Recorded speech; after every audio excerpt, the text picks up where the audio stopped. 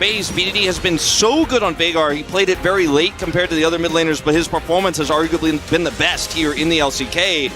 And, you know, a lot of times we look at Veigar and we're like, okay, this pick seems like a trap, it seems like it's overrated, doesn't seem that good. But when BDD plays it, he gets lane prio. He's now playing into a Cassante, so he's going to have a huge edge here.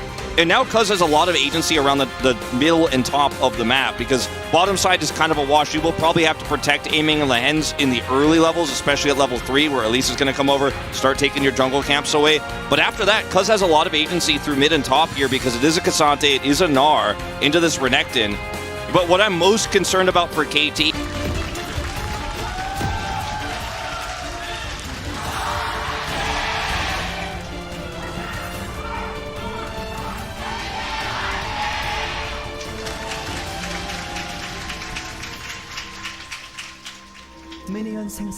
So cool to be backcasting a telecom war in the playoffs with you, Wolf. We have done this more than once. Yeah. Maybe not in League of Legends, but in the past. And this was always such a fun matchup, not because of the history, but also because in times past, these usually were the biggest two fan bases, right? Yeah. So even though in nowadays T1 is known as the biggest one, KT still has a huge fan base in their own right.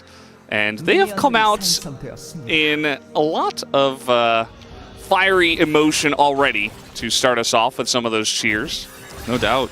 You know, in StarCraft, I think KT Rostel was able to hold on to some of their players for such a long time. Players like Flash, for example, have such a legacy. And in League of Legends, it's been T1 who's been able to do the same with Faker. And we've seen KT's roster, you know, recycled over multiple years. Score finally getting his title, but then, of course, had to retire. He's back now as a coach. But you look at the KT roster here, and you're like, well, BDD's back, right? He was with this roster in a less fortunate time for KT. He's back now and is a huge, crucial part of this. And it's just the difference here, I think, in how T1 has been able to just be dominant so long, whereas KT started off pretty aggressively, as this would be a 75th pick. Yeah. I don't know the exact number of champions that are released at this moment in time, but I believe it is over 150, but he's getting close to the halfway mark. Yeah. Of playing half of the champions in the game in a professional match in the LCK. Yeah, consider at one point in time, usually about a third or about a fourth to a third of champions are relevant in any given meta. So just showcases how long he's played and how many different styles of play he's played through. As here comes that level 3 Elise. This is about as standard as it gets. Lehens here doesn't have level 2 just yet, trying to get a few of these minions very close to it. And this is going to get very difficult for Cuz to defend this blue buff. He's even just going to let it go. Yeah. And this is what we talked about. I mean, the Wukong himself doesn't really have a lot of power this early on, especially in this matchup. So you might just have to give up a lot. For now, you know, they haven't given up the blue. Of course, Owner's going to stick around, but Faker's getting mid-prio and he's roaming over. Yeah, BDD actually not here at all. Can start to head this way, but it'll be very difficult to actually wrestle away control. And I love the first strike here for the Elise when you know you have this bottom side prio. We've seen a lot of PTA to actually get additional damage done and actually have better single target. But in exchanges like this where you know KT are going to have to come over, you're just getting more and more gold. You're just harassing with your spiderlings and just picking up money while you're also delaying your opponent's experience. So knows that Cuz is 9 CS down right now, is down about half a level here. And every time Owner hits these spiderlings, he's getting more and more money, just using the level 3 timing here to get so many small advantages. And ultimately, we'll still pick up the blue buff. Yeah, I mean, Owner, he knows what this Elise does so well in the early game, and he's not going to back away. It's pretty refreshing to see, you know, even in this game 1, just that some of these players, they understand like what their win condition is, and they're really playing around it really strongly. That's something that T1 do really well. Whereas it feels like a lot of our other teams so far have kind of been nervous to, you know, push the envelope even when it feels like that's their win condition. Yeah, you get a heal here out of Keria, small advantage. But here comes the Elise once again. This time there is no Wukong nearby as Owner wants to set something up. Again, worst case scenario, probably just push them out of the experience range. It's level 4, so Lehens is like, well, I don't really want to fight this guy. And there are 2 wards that spotted him coming over, and there's really not much they can do because, of course, Cuz on the Wukong, again, you know, he's on the other side of the map just trying to survive and farm something. This is T1's MO, man. They just 4-man dive bottom lanes when they have prio, and when they have the best bottom duo in the game, and they're playing Lucian Nami, you are just going to be able to deny a lot of farm. Now, I like that KT do not panic here. They are just going to back away. A lot of experience will be lost, but there's nothing really you can do about this. Giving over kills, losing that gold would be huge. Flash on in, teleport used as well. Owner has to flash out of this one as they, well, they were being patient until they weren't. They found a little angle and tried to go for it. Didn't really work out for them. Yeah, we'll be able to get Owner's flash here, but it is going to be a TP and flash in exchange. And this does allow aiming to get back to lane here and just fall behind only by the 10 CS here. BDD might drop a plate here because of this wave, and the Demolish looks like Faker should be able to force this. Just going to kind of kite back here. Not quite going to secure it, but we'll be able to get it with the next wave. And this is a play that KT made to try to wrestle back some modicum of control, like some small amount of control here on the bottom lane. Like, and this is what this draft for T1 affords you. Now, this is about as good as it gets, but it is exactly what this draft is designed to do. This is not, oh man, KT's dropped the ball. Speaking of... Faker's getting in there already as the cage will be put down. Faker just skirts around it. There's another knock-up potentially, but no. Faker's getting very aggressive here in the mid lane. BDD's MO is just sit here, farm tier, and try not to die, so... He did that pretty well, though. He's like, okay, cool story. Cassante, I will just continue farming. Yeah, interesting. Hold up. See if Cuz gets seen here. Just on the edge of vision. Might be able to try to force something here. Get a flash or a cleanse. Grab him. This is the timing you're trying to find here as a Wukong who doesn't have 6. You have to use the laner's CC to set up for your damage. He's not spotted. So he's just going to go back to farming here. He's only about, you know, a camp and a half behind the Elise now, but even able to get this Rift Scuttler, not bad. Going to smite that one away. Could just go back to the top side, farm out his red buff jungle, and try to hit level 6 as fast as possible. But guess what? He's just going to sit in the bottom side and continue to try to help out his bottom lane. Yeah. And this is going to be first right gold. Like I was saying, coming over to Owner. Going to stop it back here. Nice warrior trickster here from Cuz to avoid the damage, at least. A vast majority of it. And the scaling here for KT is fantastic. So, you know, you look at the game and you see a 1,000 gold lead here at 7 minutes. It's not a situation where you're like, okay, well, this is T1. They're going to win this game for free. But it is a 30 CS lead that is mounted here on the bottom side. Aiming is trying to rush back down here with his Noon Quiver in tow. So these advantages are big. It is going to be a Drake going over. And KT Rostel just do not want to give more than what the lane prio is going to provide. Not going to take any bad fights here. Not going to try to force anything. And I think that as painful as it is to watch as a KT fan, watching T1 take everything on the map, I think this is the right play. Yeah, Faker getting poked out here. We actually did have the ultimate used by BDD. Just trying to push him away. It's not like Faker had to flash or anything. It's part of the reason why you do select this. Maybe expecting BDD to pick the Veigar, and he's like, well, I could just get through the cage some ways, and, you know, I can set up him very tanky. I'm just going to sit in the lane and farm it out and look for team fights later. BDD is going to get a pretty significant CS advantage here from this wave that's crashing into the mid turret. Faker had to back, took a lot of damage, and he can get through the cage, but it's going to take a big hit. Now, I wanted to point this out earlier before we had Cuz going to the bottom side, but Faker is building plated steel caps here early into this matchup. Not something we normally see. It is kind of essential for Cassante to be able to fight against Renekton and the Wukong in the front line. And it's much stronger, obviously, against both of these champions with the recent patch and the recent changes to the steel caps versus Wukong. But doesn't mean that the Veigar cages get a little bit tougher to deal with if you cannot actually dash through them.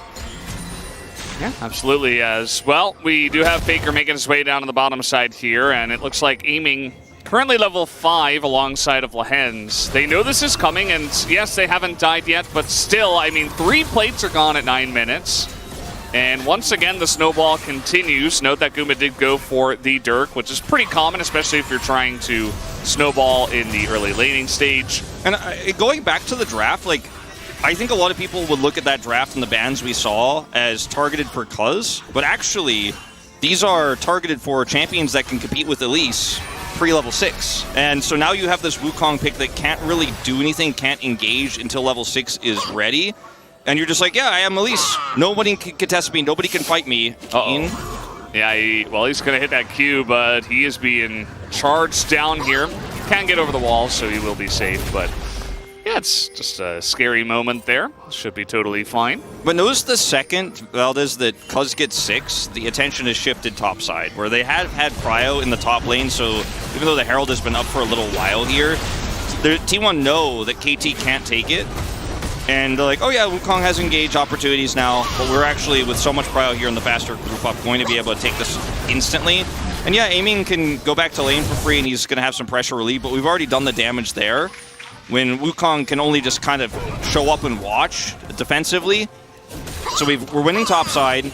Mid is going fine. Bottom side, we're massively winning. We got both early objectives here, talking about the objective stats that we saw earlier. T1 getting both a lot of the time with these prio lanes. It's another scenario where that's just the case here.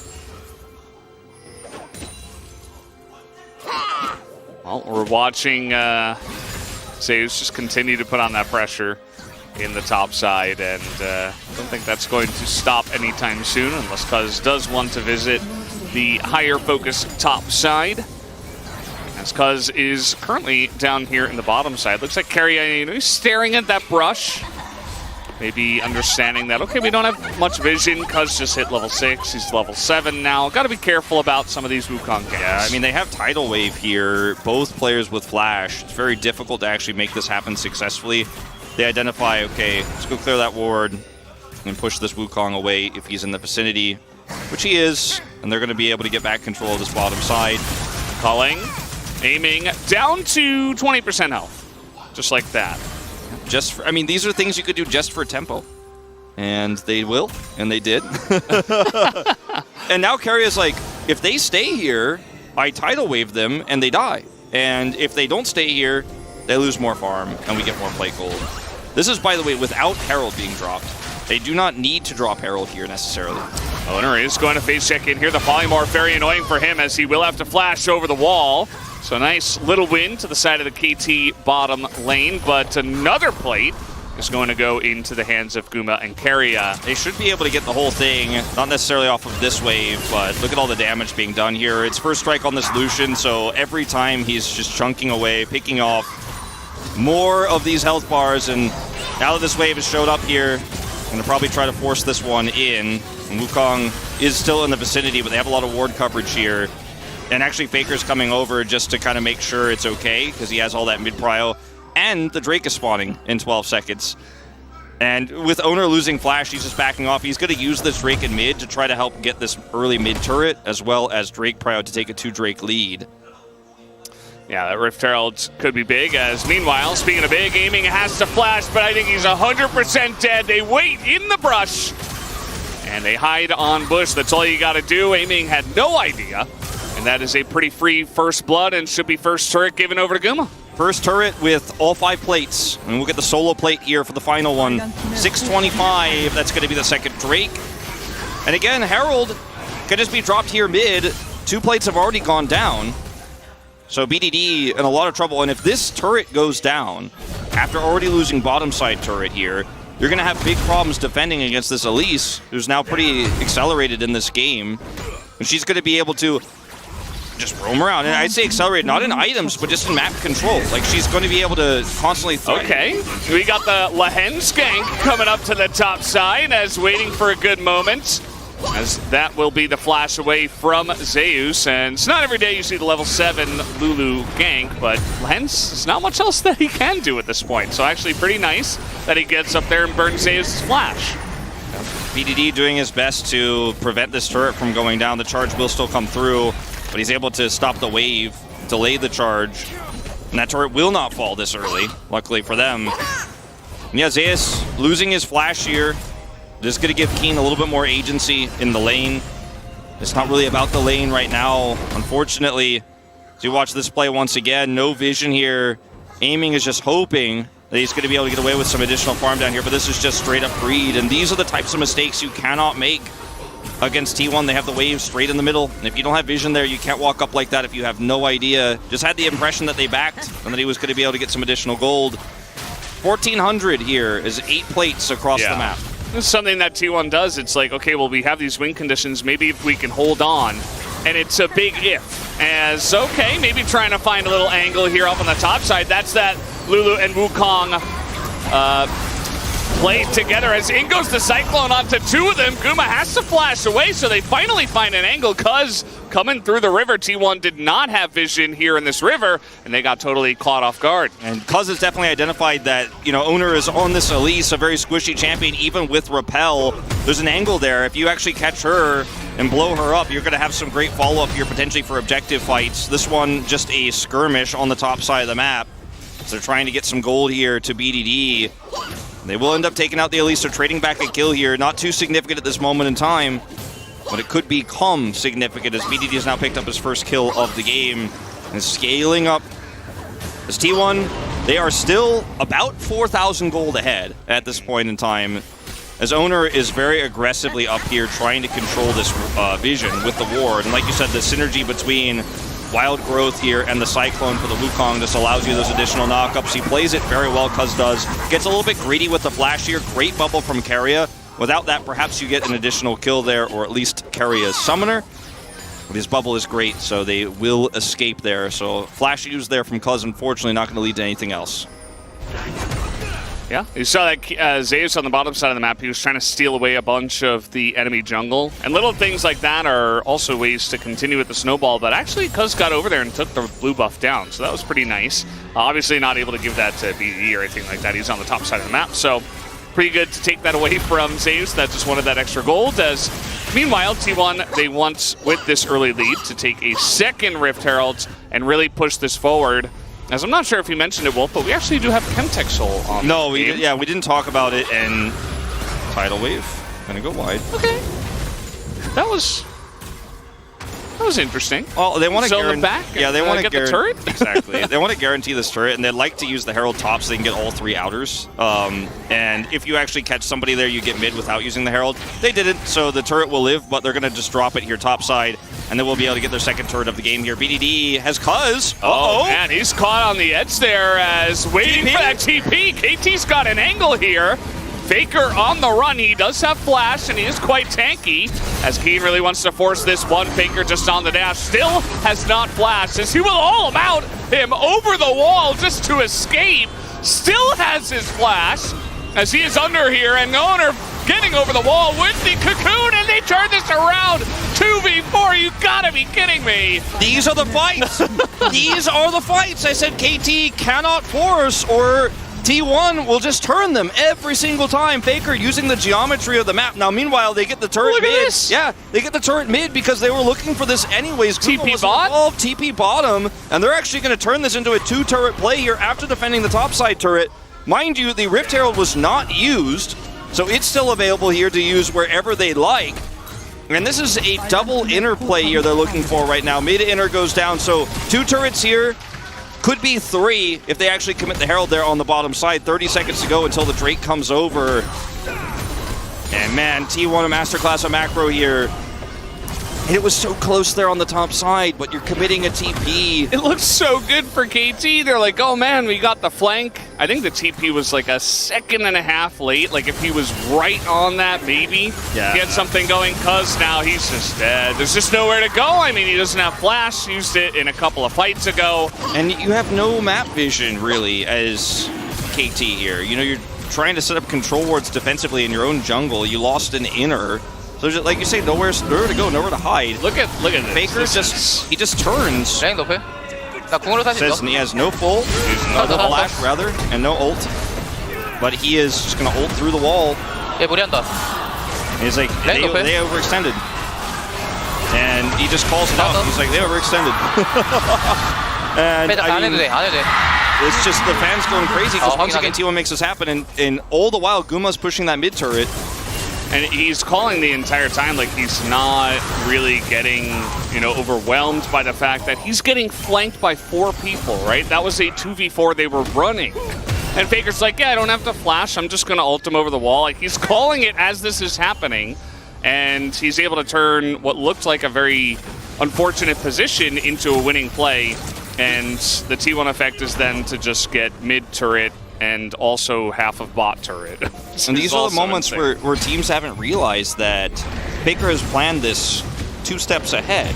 And they're getting all these turrets across the map while Faker is turning this around with All Out. And it's like one of those moments where you realize Faker wants to play Cassante because he's like, no, I can actually survive for so long with this champion when they collapse on me. It's just a great champion for, I mean, for everyone basically, but Faker obviously playing it very well.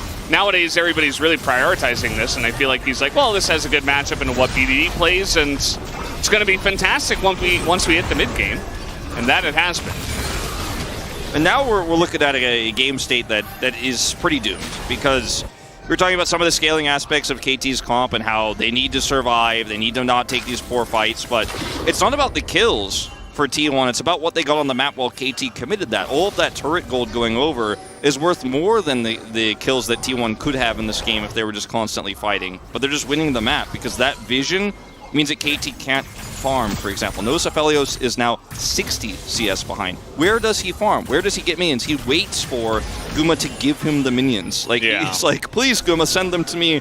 Guma's like, I'll send some of them. And he has to farm like under inhibitor turret, so KT just have no control. Because that's not your jungle anymore.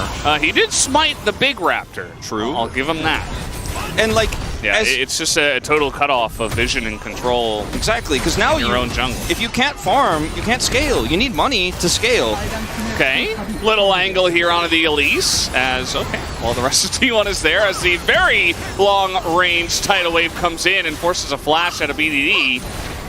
And as KT, you just have to force these awkward fights now. You have to do the fights I suggested not to do at this point because you can't get minions. Look at the bounties. 3 turrets for the taking here for KT. If they win one team fight, all that bounty gold will go over, but they have to win the fight first. And it's just not looking likely. As you can see, Guma with rapid fire cannon. He's got basically 3 items. It's like 2 items and 2 components, but they're big components. So he is really chunking people now.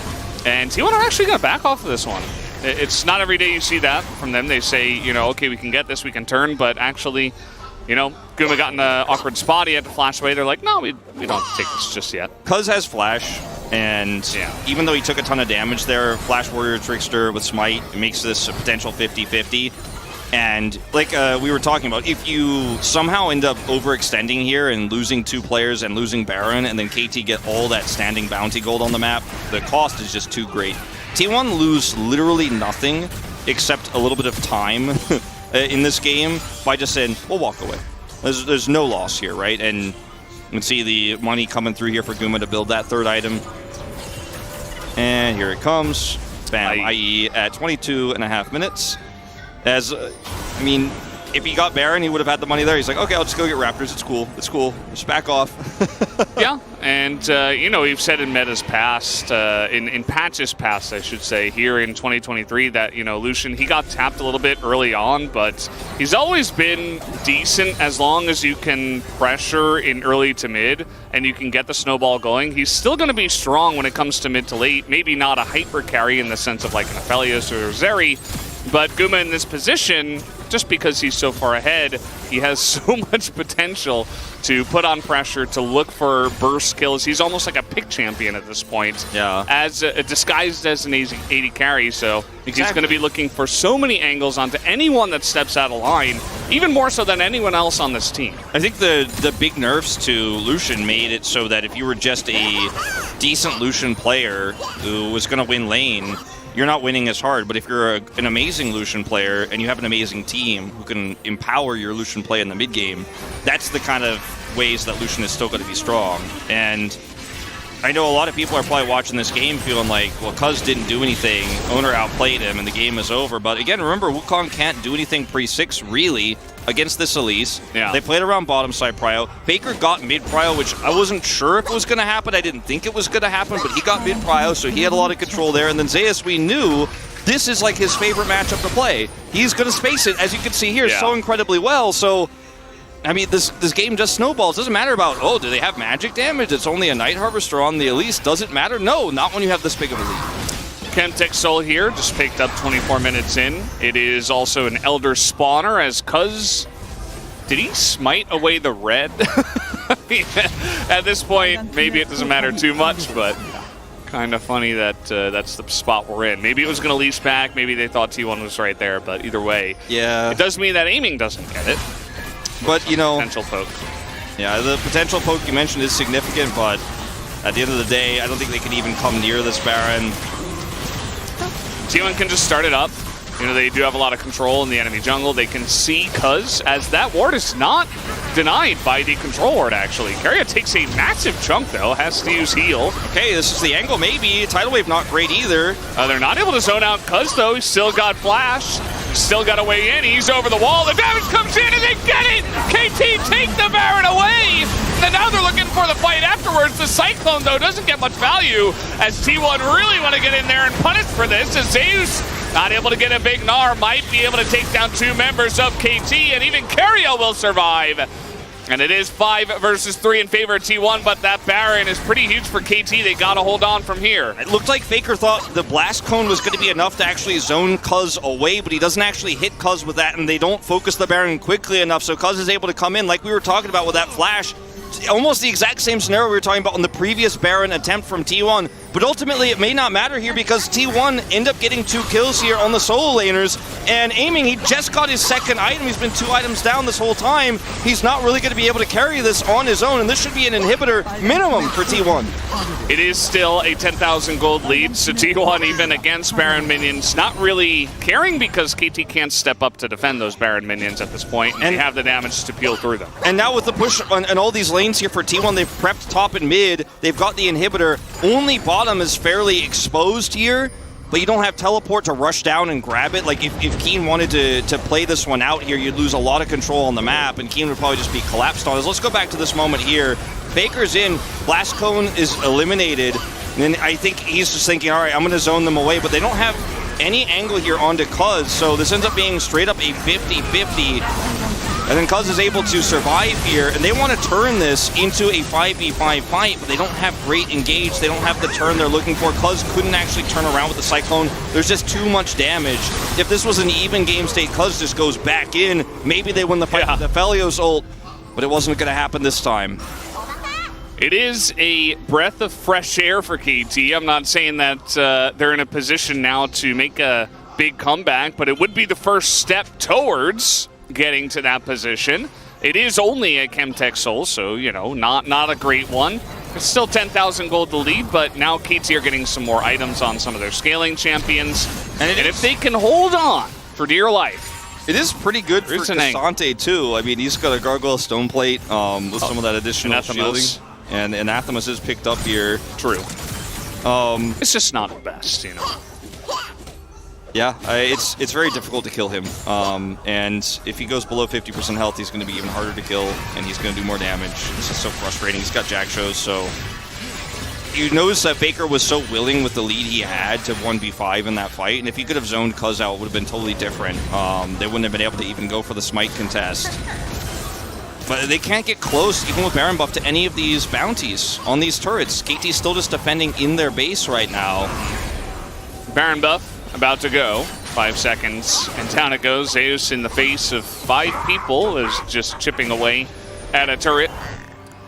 As the super minions being very annoying in this mid lane. Can provide that, you know, a little bit of extra farm for some of those scaling champs, but yeah, I think T1 are just trying to put on the pressure, really trying to choke out this blue buff side of the KT jungle because, of course, we do have Elder in a minute and a half, so they want to prepare for that.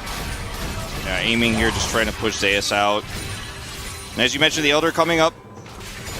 And there's not a whole lot that you could really criticize KT for. Maybe that top side player where they committed the teleport and Faker baited them into a bad exchange. Like, we could be somewhat critical of that play, but it's really just masterclass from Faker once again.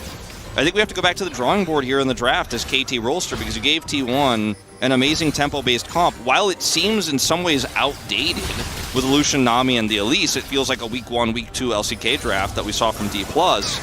Faker has his own flair to it, right? They brought back a golden oldie from the early weeks of this season. And it feels in some ways outdated, but when you could play it this well, and T1 have been practicing this for so long this season, even before the season began, you know they're going to play it well. You know they're going to snowball. And, you know, maybe a blue side look here for KT in Game 2 might be the way to go, as it's not over till the Elder is dead. Maybe KT can win this miraculously in a 5v5. No death cap for BDD, just doesn't have the money, and they have to fight anyways. do they have the damage to peel through somebody? The Chemtech Soul you mentioned might actually help in this facet. But if you can get a cage and like a Renekton follow-up, maybe you can get something going. But the culling is already in. The tidal wave right on top of BDD. And Guma just frontlining, forces the dominance before the fight even really begins. As everybody on the side of KT just running away, we do have a cage to keep them alive against the Gnar. But this Elder should be T1's. T1 grouping over here, and I mean, if KT don't fight this, they lose the game, but if they fight it, they will not win it. Faker again, 1v5, he's like, I'm gonna lock this down. He's level 16, he's got Anathemas locked, and he just locked it. Onto aiming, he's like, nope, aiming, you can't do damage to me. And he really doesn't, and he's just there, he immediately hits Cuz, he's like, you're not getting in there, like, that's never gonna happen. So, Elder Drake taken here by T1. And we're gonna cower in fear in the base. And there is a flank potential for Cuz. He's like getting red buff right now. I thought maybe he's gonna wrap around. He has flash ult, but who do you even kill if you get the ult off? It's Elder buff, and KT are thinking about game 2. Yeah, just gotta wait. Just gotta cower, as you mentioned, as the poke is already in. Trying to clear minions. And yeah, that is the way. We do have a nice little flank here. Inhibitor comes up. Tower, though, is going away. Tidal Wave is going to be big, but does part the team as Cuz still waiting. You have to kill Guma twice, by the way, if you kill him. You have to kill him twice. And they're respecting the Cuz flank. They're like, I know he's back there. We don't know exactly where. And wow, KT will live a little bit longer here, and the Baron take time will eliminate some of this Elder clock, though there will be a period of time where they have what we like to call Exodia, where you have both critical late game buffs at the same time. Well, the overlap won't be huge here because they do defend. And if KT take time to, or rather, if T1 take time to reset here, some of that time will actually further be eliminated. I don't think they will. They're just going to straight push top, make sure they have 3 inhibs to end the game. But KT just hanging on by a thread. TP here for the reset. BDD has death cap now. Aiming is looking for his LDR, but he's not going to have Infinity Edge for a very long time. Yeah. So you've got the entire team of T1 breathing down your neck in the top lane, and you don't even have that LDR yet. So now with one Nexus turret and a Dream, KT are hanging on for dear life. Poke already does begin. Cage catches the Gnar. Cuz once again searching, hunting. Boy. Here we go. That's going to be the end of Keen, and that should be the end of this game. The culling comes in onto BDD, and yeah, that's the end of Aphelios as well. Everybody is just scattering to the wind as Lahens is just emoting, and T1 will not let them get away for free. Takes them all down and takes down all of the Nexus. All right, so now T1 are going to draw an Ahri ban, right? Get a Renekton ban, and then we'll actually swap their draft's identity into Vi is just going to play a little bit of keep away, a little bit of defensive setups here for the lanes. We have the Gnar, where you have the spacing where you could play it well against the Jax, as we've seen Zeus do in the past. Such an exciting matchup between the LCK's best Jax player and the LCK's best Gnar player once again here in the top lane. But they just changed the identity. Like, no, we're just scaling now. We're just playing defensively, and Twisted Fate can help get you advantages. And KT now have to play around, constantly roaming Liliana around, constantly setting up kills. And the identity of these two teams has changed completely. Now KT has to be the one who gets the advantage. Now KT has to snowball because you're going to be dealing with this scaling Kassadin as a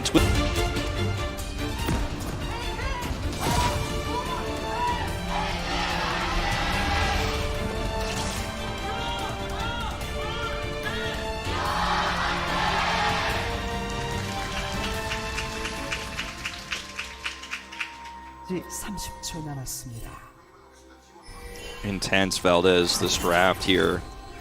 Aiming going Comet. That's probably all we need to know. And BDD on this Twisted Fate, it's just one of those picks you want to get excited about. You want to feel like, okay, this is one of his best champions. There is a lot of lockdown in this composition to try to kill the Zeri. And because of the Ashe pick, normally it looked like, and it very much did seem like T1 was going to play this as a pick comp initially. Now that the Kassadin's come through, you're like, okay, well, no longer as much utility for this Ashe. KT's draft is looking to kill this Zeri or the Kassadin, if you get the opportunity to. And the Ashe is going to offer you very little in terms of peel. A lot here at level 1, however. Well, this is not the way you want to start it off level 1. Especially with your melee support that is also getting chunked out. So just coming into the brush, trying to get some posturing here in the bottom lane, and immediately aiming in Lehens will have to start on the back foot.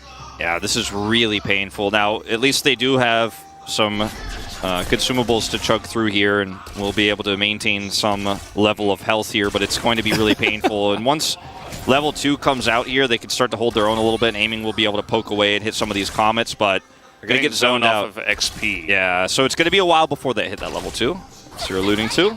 Yeah. This is pretty rough. I mean, you really wanted to get started on the front foot. It is going to be difficult against the Ashe. A lot of teams have just been dropping the Ashe entirely, but Keria and T1 are not really abiding by that, right? Because you can see what happens if you play it out really well at level 1, especially with Halo Blades. You're just Ashe. You're going to slow them down. You can kite them down. Leona level 1 is not very good, right? Well, like, what do? You just stand there. Well, that's what I was going to say is if you have level 1 and you go for the stun first, then you can't get in range to stun. If you go for Zenith Blade, you go in and you die if you are losing that much health at level 1, which they did. So Lehens doesn't actually have the health to Zenith Blade in, even if he had it, right, to come over there and try to make something happen. Double cleanse in this lane as well, so you just die, actually, if you go in as Lehens, so you just kind of have to sit back and lose lane. A plate. 0 CS, and yes, there is a big wave in here, but they just got back to lane after having to back at level 1. And Keria just knows these matchups so well. He's like, all right, well, as long as we win the trade at level 1 with Halo Blades, which we do have, that's what you take as Ashe, there's nothing that the Leona can do, and we're going to continue to put that pressure on. Now some CS will finally come through as a fourth, of the cull is completed here from Guma already. And he's going to take an early back timing here and have the level 3 advantage. This is... I mean, disastrous is putting it lightly for KT, and yeah, a good start for T1. Yeah. Cuz going to get started up here, and that's fine. Owner looks like he just went for a full clear of his own jungle, so you might have to forego some of the Scuttle Crab pressure. He's not going to win on the top side, even though he is up level, just because his Kassadin is mid, right? And he's not going to be able to match the TF, so all pretty basic stuff. So Owner just has to give that away. He's fine. He farmed his whole jungle. Looks like he was expecting that anyway. Does have red buff, looking to maybe play towards the top side of the map as he does go on to vision. Flash on in, as with the red buff, really trying to make this work, but Owner just kind of using his flash to pressure Keen, but doesn't get much out of it. Cuz here does not have red, but they wanted to bait this super hard, and they are successful at getting Zeus into a vulnerable spot, but because Owner is still here, I don't think they can actually make anything of this. This is going to keep Keen safe here under this turret, and if Zeus really wants to push the issue, there's... Yeah. You want to think there's an angle, but pre-6 without red buff, there's really not. And Jay's just playing this as if Owner is still here, right? He's like, okay, I'm under your turret, I am harassing you, and even though he sees Cuz, he's like, I'm not scared because I'm going to play aggressively and show them that I have my jungler here. Now, Owner wasn't there for like the last 10 seconds of that whole bit, but it just shows you what you can do with lack of information for your opponent. Exactly. Just the threat there means that respect has to be shown. So Owner's flash is on cooldown now. This is significant, especially pre-6 for him. And this lane is a wash for now. Can be relevant later on for KT if they are able to win some early team fights, but that is going to depend wholly on BDD now and where his Destiny gates go, because he cannot just sit back and farm. You know, we've talked about some of BDD's games where he knows exactly the timing in which he wants to go in, and there are other win conditions. For example, that series against Genji, where KT won, and he was able to shut down Chovy's Akali. Did not Destiny gate at all in the early game. This is not that type of comp. He will have to get some advantages early. Otherwise, T1 will naturally scale with this Kassadin Zeri. The Zeri that's halfway through now, this cull early. Okay, they're looking for a play down on the bottom side. Keria just going to respect Flash. I mean, they even had vision in the entire river, but they say, well, we don't really have it in all of the lane brushes, so I'm just going to flash away. Yeah. Not going to mess with it. Feels like a huge win here for KT, considering cleanse is available here for Keria, and he probably would have been able to cleanse and get his way out of anything, considering that vision, but Keria's just not going to take any risks this game, and will flash respectfully. Although from what we could tell, definitely didn't need to, and Cuz just trying to get some additional information here. Clearing vision with all the prio here is just not even realistic for KT. You won't be able to get in there and take that control ward away. You won't be able to get some guaranteed vision on Drake, so Someone is going to go over even with the Twisted Fate here. As you can see, a slight lead for BDD in mid. It won't mean anything if he can't use it to get the more relevant parts of this draft online. So we're going to have that first Drake picked up here by T1. It's a Hextech Drake. The second one is Infernal as well, so some of that early game prio on the bottom side with some of those early Drakes might actually end up being pretty lucky here for the side of T1 if they can get that second one. But wouldn't be surprised to see KT try to make a move on the second one, right? With all this pick, you've got to do something. You've got to make some plays somewhere. Maybe try to get a pick on the bottom side and look for follow-up objectives from there. Lehen's still level 3, Takaria is level 5, so what happened in the early game, we have not forgotten. No. But we'll see what they can get done. He's also spent a lot of time out of lane trying to clear some of these wards, trying to make an impact elsewhere, but it's mostly just the Oh, zoning. Destiny up to the top side, and that is going to be the stun, but Zeus just flashes away. The Gnar away of the Jax means that the follow-up pressure after the gold card was not there. Yeah, unfortunately, this is a trade of flashes. If you were able to get the Gnar's flash and Keen still has his, you now have pressure on the top side, but instead it's just going to be a reset here, and Zeus is not going to be afraid of anything unless he makes a misplay or walks into a counter-strike. But he's got Hop and he has the range advantage, and this is what Zeus is just so famous for with this Gnar, is his spacing. And we'll be able to get a back off here. He has teleport advantage. Okay, here we go. Over the wall, level 6 against Lehen's level 4. Even with the Eclipse up, he has taken so much damage. And they just use that again for tempo. Remember the culling in game number 1, that kind of makes sense with Lucian, but not every day you see the Zeri's really get in the face of Leona and put on that much pressure. Showing a lot of respect to the fact that Lehen's has flash too, because he wants to maybe flash engage here if they're in turret range, but now they have another wave and there's no aggro on the turret. Lehen's just wants to scare them away. And double cleanse, like you mentioned before, so it's so difficult. They're just playing it so perfectly. It's it's sad if you're a KT fan. You're just watching this, you're like, it feels so hopeless. That has been the MO of T1, to try to just essentially just suffocate their opponents from minute 1 and make it feel helpless and kind of win that mental game.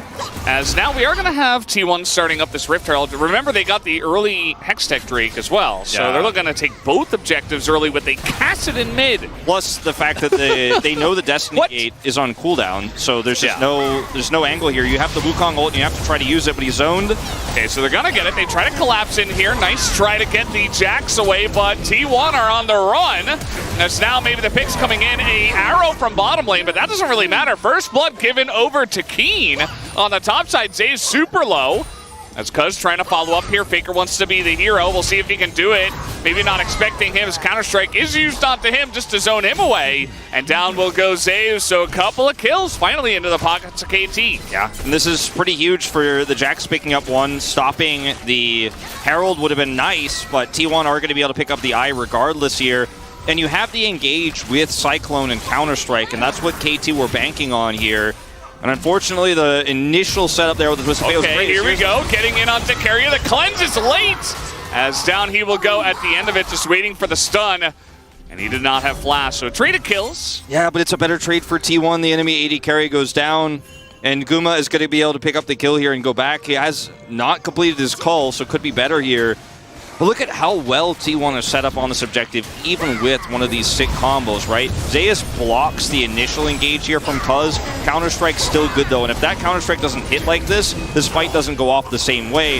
Follow-up with the Cyclone is good. Owner is taken out. Zeus is chased down here. Faker tries to help out, but unfortunately it's just too little too late. There's no flash on this Gnar, so he is going to go down no matter what. And, you know, there on the bottom side, finally Lehen's decides, now I'm going to make my move. This is exactly what I was talking about before. They were being so respectful of this flash engage range. Finally, he gets it off because the cleanse is late. But ultimately, Guma still trades a kill. So, in one tiny mistake, arrow. Okay, cleanse from aiming. Still going to be a good trade for T1 just because the Ash Arrow, it did get nerfed, so it is going to take longer, but it's going to be up before that cleanses. So, either way, nice pressure there. They also get a nice chunk onto KT aiming. As you can see, Lehen's, he's starting to get more and more frisky. He's like, I'm not scared of you anymore. Gonna force that Zeri over the wall. Yeah, BDD also trying to put some pressure on here with Cuz. Cuz doesn't have flash, of course, because of that last fight, and this is really risky. Keen is about 15 seconds from his flash.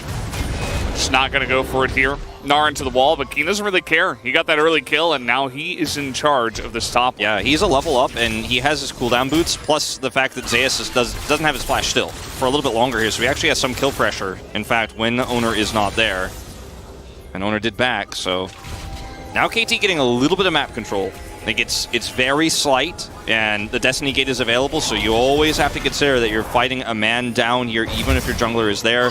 Rod of Ages complete here for BDD. Pretty early, you know, about the time you'd like to have it.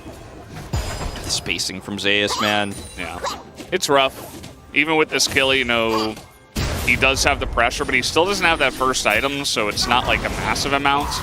Still having a nice lead, but not able to punish Zeus, really. As KT, like I mentioned, I think they're going to make a play for this second Drake, this Infernal, and that they are. Yeah, I mean, T1 want to contest still. Keen just TP'd top. Ooh. Well, let's see how this goes. Baker's in the pit. That's an arrow onto BDD. The Cyclone is massive, though, and the damage is in there. Double Cyclone onto everybody in the pit. The damage here from Guma is pretty good. He's going to pick up a double as we have a little Zeri moment beginning to form. Aiming, not able to run away. That's another kill for the Zeri. That's 3, and it might just be 4 at the end of it. A quadra kill for Guma, who has 5 kills now. He has 5 kills and a completed cull, 4 plates of gold, and he's got a whole minute to get the final plate. So 2 back-to-back full plate turrets to Guma, this time with 5 kills. I think we could certify it, Valdez. I think we could say it. Stamped. And this game is now off the rails here for KT, no longer able to take these skirmishes. And it looked risky, it looked greedy for T1 to try to force this fight because you're fighting into Wukong ult, but there's no Jax. And that's really the X factor here. Without the Jax and without really your support, your Lehens is not actually able to make a huge impact in this fight either. He has level 6, but he's just being zoned out. Arrow comes through here first, and then when the collapse comes through, the Cyclone is massive, but the damage just isn't really here. Guma's untouched the entire time. Guma takes no damage, and aiming is a lethality Varus, who's very far behind. It doesn't have lethal tempo, is not going to be able to match an AD carry this early in the game. A little kill on the top side, maybe. Nicely done from Keen. He's like, I'm going to take this into my own hands, okay? My team's not getting it done on the bottom side. You see Zeus not very happy about that kill on the cam, so nice little breath of fresh air. And yeah, on that fight, it was funny, you and I were casting T1 Challengers on Tuesday. I don't know if you remember, it was a very similar fight with, you know, Zeri versus Lethality Varus, just not able to do much in that extended trade. Either way, in this game, we do have Baker in a little bit of trouble here, getting chased down by the Jax. It's a twisted fade angle, and now Keen is starting to get fed. And we have seen Keen do crazy things with Jax in team fights, his flank angles, and T1 they're ahead in this game pretty significantly, but it's not oppressive map control, it's not oppressive vision like it often is for T1. They have a huge lead on an AD carry, right? And that's an early Zeri that's very accelerated, is going to have her second item very soon. But if she dies at the beginning of fights, that won't necessarily matter the lead that she has, and there's so much lockdown in this draft, as we'll watch Keen in this exchange. That was oh, that was the post, I guess, of the kill. Yeah, he was just saying, I'm going to take the top turret. Yeah. So I think we were like in between replays there. Either way, as maybe now we'll get another look, as here it is. Yeah, Isaiah's greeting for a plate, gets him on the edge of the Counter-Strike, even with the crush. It's the empowered hit here, and Twisted Fate coming up. BDD is ready to follow up Collapse. And this means there's just no way to counter this. They also miss the Ash arrow. As now KT are looking for second Herald here. Yeah. And Baker's free farming, you know, so this is not going to be something that goes over without a cross map. Of course. As down goes the objective, they get the Rift Heralds. And there is a way, you know, with Fed Jax, you got a Wukong, you have a million ways to pick the Zeri. Maybe KT can find ways in these fights here. I'm beginning to believe in the chances of KT in this game, as Cuz is going to be spotted over the ward, or over the wall by a ward. Yeah, they really want this mid turret, and they have a Vi here to support it. Zoner just going to make sure they can grab that. Will be a turret going over to T1, their second of the game. Runens is done for Guma. It's been done for a little while, at like 16 minutes. So this is insane team fighting power for the Zeri, but like you said, if you can kill the Zeri, if the gold card comes through, Keen gets a counter-strike off, you only have one cleanse, and you're going to have to use it well. There are so many threats. If the Gnar was ahead, and you had a Vi who's got map control, I feel like this looks way better for T1. Still very winnable in terms of how these fights can play out. It's going to be execution-based. But what looked very doomed has now looked like the Keen stripe is showing right on the top side of the map where you're like, okay, this is a win condition. This is a winnable game. It absolutely is. I mean, we saw it even on the Dragon fight. Like, yes, T1 did win that because the Zeri just survived and got so many kills, but the amount of CC and pressure that you have, if they get it into the backline instead of focusing it all onto Owner and Faker like they did in the Dragon fight, if they're on to Guma and Keria, if they're on to Faker, later on in the game, I think they're going to have so much value in these team fights. Yeah, I actually like the Lich Bane second here for BDD in this game too. Often see rapid fire cannon in games like this where you're just trying to get that gold card super early. Maybe it's Cosmic Drive. It could be. The buffed item? I don't think it's. No, I don't think so. No. Codex is out, so. But it could have been. As this is going to be a Drake fight here. It's Ocean Soul, but KT have this choke point control. It's very difficult for Zeri to actually get into position.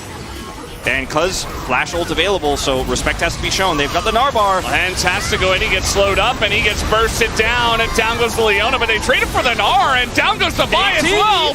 Where did their front line go? And Guma's like, I just want a front line to do some damage. He's not going to have one. As here comes KT, they're going to find Guma and get the massive shutdown of gold into the Jack. I mean, that fight was so perfectly played from KT. They know Zeus is at 90% of his Narbar, and he wants to engage and be the front line for Guma. They instantly engage on top of him, kill the Gnar before Zeus could do anything. The follow-up damage is real. And now an inner turret looking like it may go down here. KT, get that mid turret. They're going to get Drake.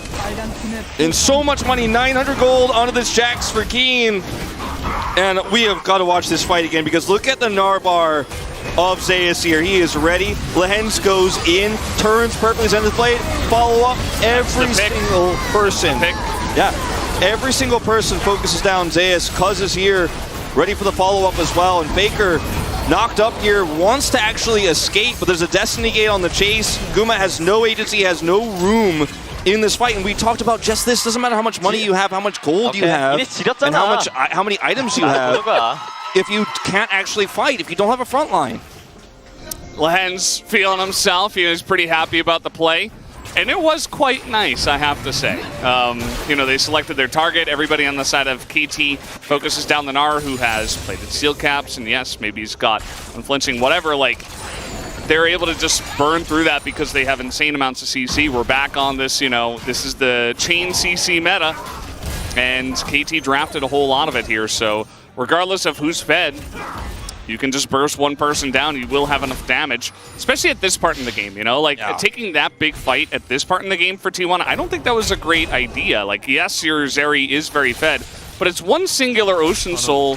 When KT are really strong right now, why not just wait for your Kassadin to hit level 16, your Zeri to get a third item? And the one thing that I'll say that I feel like is the reason why T1 were so tempted to take that fight is if you win this fight, you probably win the game. You end up getting so far ahead, you get that tempo lead, and you had an R-bar set. Like, Zeus' positioning there, while he was caught from an amazing Zenith Blade there from Lehens, his positioning was set up to actually carry the entire fight. And it was like him in that moment versus Lehens in the Blade. Does the Narbar finish? Does he actually get the engage into the wall here? Or does he get caught and get chain CC to death? And I agree that the risk was quite high for T1, but they have a fed Zeri, and they're like, okay, we smash this fight, we win the game, it's done. And in fact, KT are like, no, we win this. Now the Spear of Sojin done so early here for Keen, and he is ready to teamfight on this Jax. And Owner has to flash now. It's just not looking great for them. And what you just mentioned, Wolf, is that T1, a lot of times, they're like, we can just take this fight. We're the better team. We can just win. That overconfidence, that cockiness. It's not the first time it has bit them in the butt in the past. And maybe it might just get them here as Keria is caught out. BDD is now on the map. Down will go Keria for free. And we talked about this, because this Ashe was picked so early and T1 aren't playing a pick comp, The Ashe is actually vulnerable on the map. A very squishy support can't really offer anything for Guma. It's really Oner and Zeus who have to be the front line for this carry, and we're doing a Baron early, 21-30 here with that pick on the Ashe. They have map control, and they've got such great turn. TP from Oner, or rather from Zeus. He does have an R-bar this time, so there is potential, but the rest of the team not really able to get in here just yet. Oner has no flash, and they have no vision on this. Mini Gnar now. KT just, oh, they're going to keep it least, and they immediately go straight to Keen as Faker takes it down. Gonna get the Baron. Now they're going to buy a lot of time for themselves. This is a T1 move, man. You've got double smite. Faker's got unsealed spellbook. You go in for the double smite play. And KT, they had vision control, but when T1 came in, the collapse, the engage was a little bit slow, and T1 will actually steal this away. As this is what we were talking about with the Ashe, you know, you're trying to come up here and shadow for Faker so that if there is an engage, you can arrow them and then you can have the escape. But unfortunately, there's not much Faker can offer here at level 13 to save this Ashe who is caught. As Faker has smite, as you guys could see. They don't have vision over the wall. They have no vision over the wall. And it's a double smite here. Faker secures the Drake before Cuz could do anything about it. They just call it out. This is exactly what T1 does. They go 3, 2, 1. 빼빼빼빼. Out, out, out. 나이스 나이스. Good job. 이거 크다.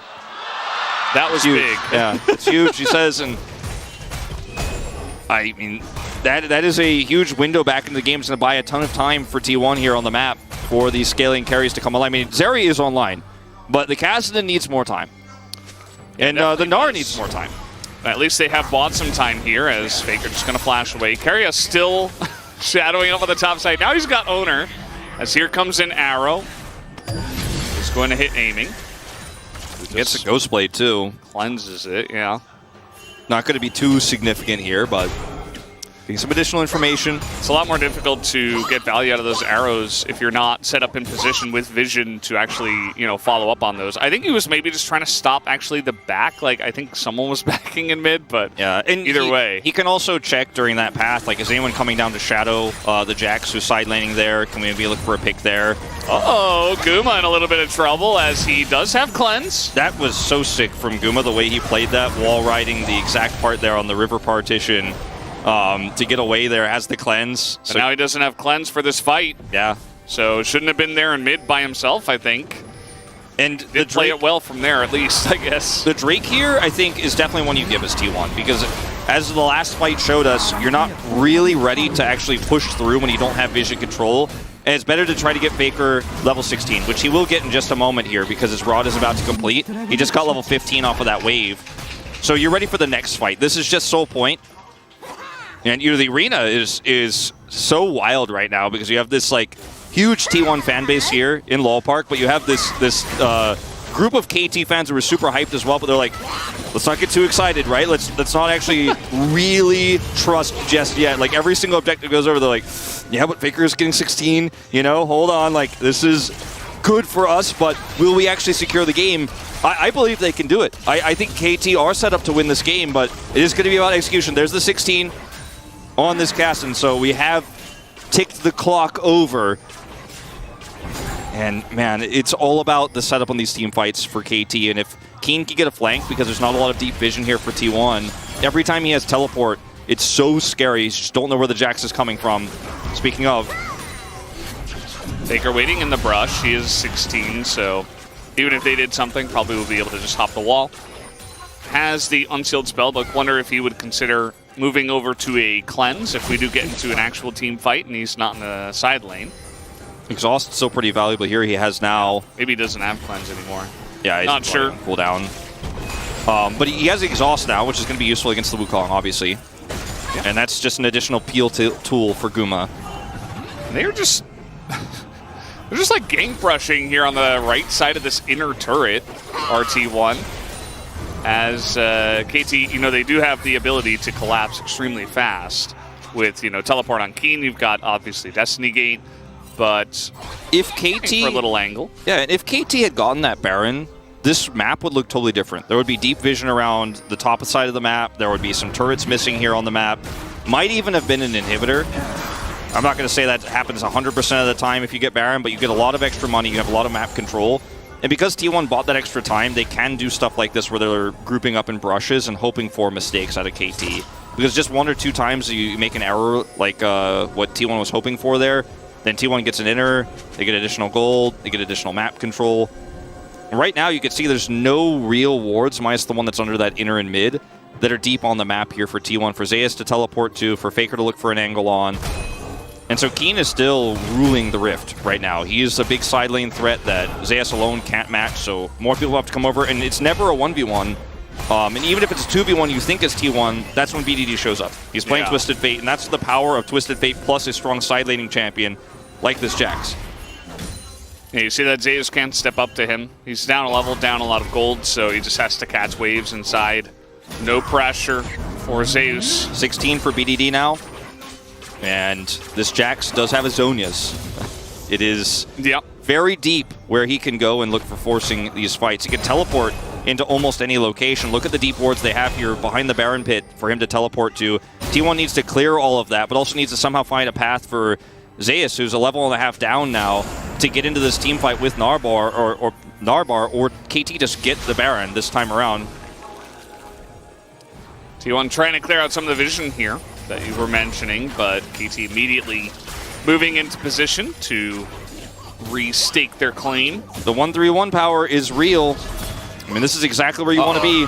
Zeus, he's trying to do blue buff. He's going to get punished for that, as, he doesn't have much place to go. Has to flash, as Keen now will have a flash advantage in 2 levels. Yeah, and they should just be able to run to Baron here and hold this choke.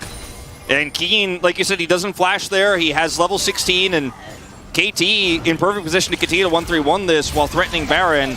Zeus loses flash, loses his Narbar, so he's not coming in anytime soon.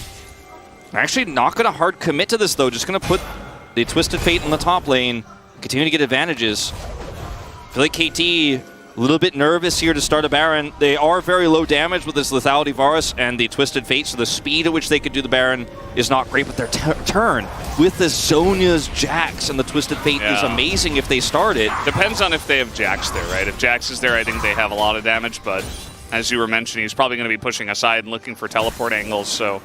And he doesn't get the turret critically, so they get the flash of the Zeus, but that turret still stands. Yeah, and eventually, Faker's going to be level 18, he's going to have 4 items. Guma's going to be level 18, he's going to have 4 items, and in a late game scenario, like, there's a ton of CC on the side of KT, but you're giving T1 a lot of time. Yeah, you really are. Continue scaling to continue getting big items for your carries. Zeus trying to set up for that Narbar engage. This time Faker has a cross angle. Keen hoping to be the one who engages with them.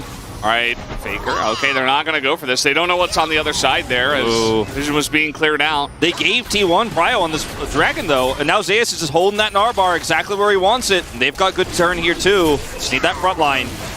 I was waiting for this. Meganar is going to be started as here he goes. Looking here comes for this angle, and he's stolen away because takes the Ocean Drake, takes the Ocean Soul. As they're trying to turn here onto the Jax, they want 100 zero hit, but the Solar Eclipse is massive from the Leona. They're going really deep as Keen is just frontlining into the Zeri. Is not going to get Guma, though. Crucially, Guma's still alive.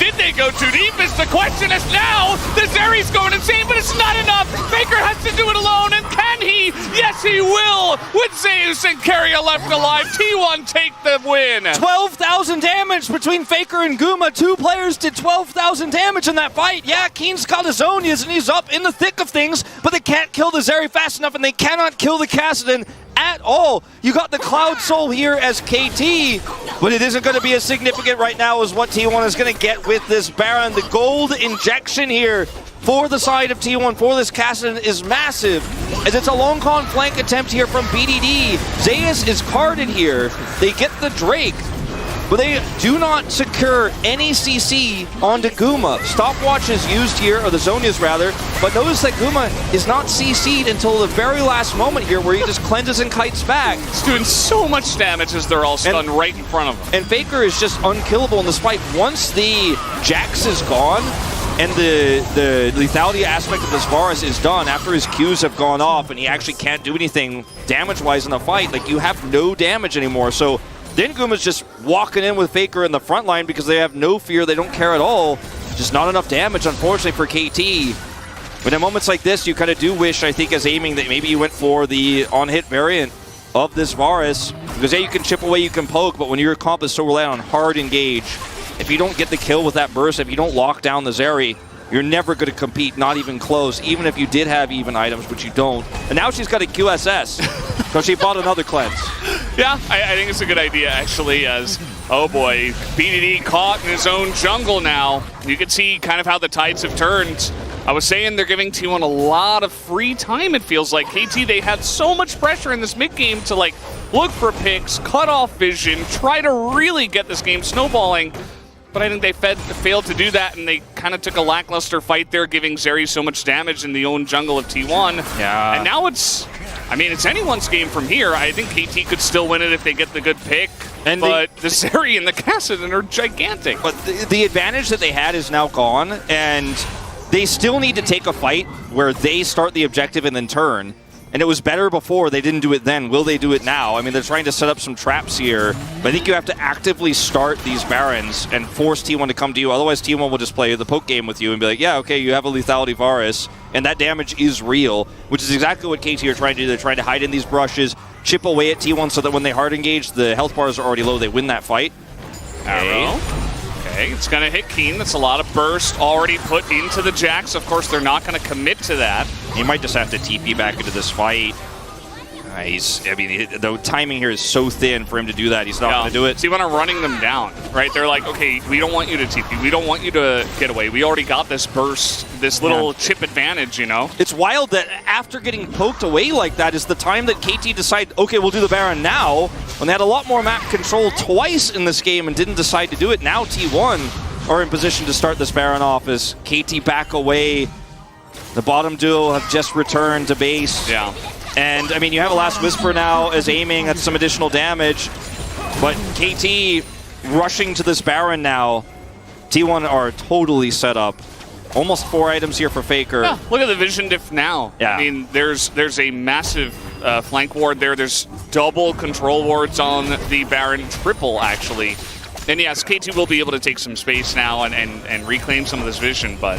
BDD, he Destiny Gates bottom here, but he's got a long way to push before he ends up getting to that inner turret, so not a really big amount of threat here. He does swap back to his teleport here on his Unsealed. They see you. They know this is starting. Yeah. They did not clear out that one ward. And as you mentioned, you know, the damage is there, but it's not huge. They can't just quite burst this down, but they're committing. KT going to commit to this one as over the wall we have double smite again. Can they steal it again? Yes, they can! They take it down. And now KT are just lost. Where do you go from here? As ults are going in, they try to turn onto Meganar as Zeus gets low, but he will survive. And the damage not quite there. Guma's over the wall, goes to the ult. He is going to cleanse early, but he doesn't really care. He's still kiting him out. There's no damage in KT's comp. They can't kill anybody. Kill anybody. Faker is in the backline. Guma is diving the entire team. As some low health bars, Guma goes down. Faker went a little bit too low, and they turned it around. Oh, they went way too deep. They went way too deep. And you know what? There's enough damage in this comp where if you just walk into 4 people, you will get killed. And the damage coming through just barely from aiming on this lethality Varus late game here. It ends up working out as Guma just takes too many hits, plus the engage there from Keen. As once again, you mentioned this double smite setup here. Look at that. The health goes from 2,500 to 0 in an instant. No counterplay here as Cuz tries his best. But then they focus onto Zeus, and look at where the carries are. Faker's full health, Guma's full health, but then they chase into a choke point. You've won your prize here. This Guma goes for the ult. This is fine, right? But the then, next step was too much. Yeah, this is fine because you get Lehens, but then going through this choke point with Faker and Guma here all in the same hex into Counter-Strike. And this arrow. And Sonya's, the arrow's huge. Like, this is a... I would go as far as say this is a miracle team fight win for KT Rostel, but part of it is because KT turn win T1 overextend. The punish play was real. Yeah. But now they have no Baron, but they have a lot of map control, and Elder has spawn. Like you said, you know, if you're all going to go in the same hex against TF, Jax, Varus, like you are going to get burst down. And yeah, you're very ahead. You're trying to push forward. You're winning the team fight, but a bridge too far. Either way, we reset here on the Elder. Keen is going to back here, and he buys Randuin's. He has a TP, and this is the last fight of the game here. This is going to decide it. KT need one more miracle here, one more pick onto these carries. No double smite here for either team, it looks like. No cleanse for Guma, but he does have the scimitar ready. A lot of damage thrown into carry as this is a straight up 5v5 BDD. on the backside here, but so is Faker. As we wrap around each other, as the arrow comes in, it's going to find BDD. They're looking for it. Zay's not really going to get the angle himself. Has to hop away. Tons of damage in onto the Elder already. As okay, that's the ult for the Leon. They're trying to get in there, and it's a bit of a flip for KT are winning this fight as Guma trying to front the back, but it's already 5v3. As Guma carry, Elder's going to be taken. Elder's going to be taken. KT will turn this one, and Guma will get carded and will get executed. KT should take this, and yes, Faker will be taken out as well. Carry has got nowhere to go. And it looks like KT have done it. Look at Lehans, he's clapping his hands. Keen looks relieved as Carrier is going to look for an arrow here. It will not matter. And I didn't think I was necessarily going to say it tonight, Valdez, but we have a series on our hands. KT bringing it back in what was nearly an Elder flip, but T1 lose the fight. Keen carries. A scary game, but they get it done, Wolf. They get it done in 37 minutes. Carrier, of course, not going to be able to stop them. Down goes the Nexus, and we have a series on our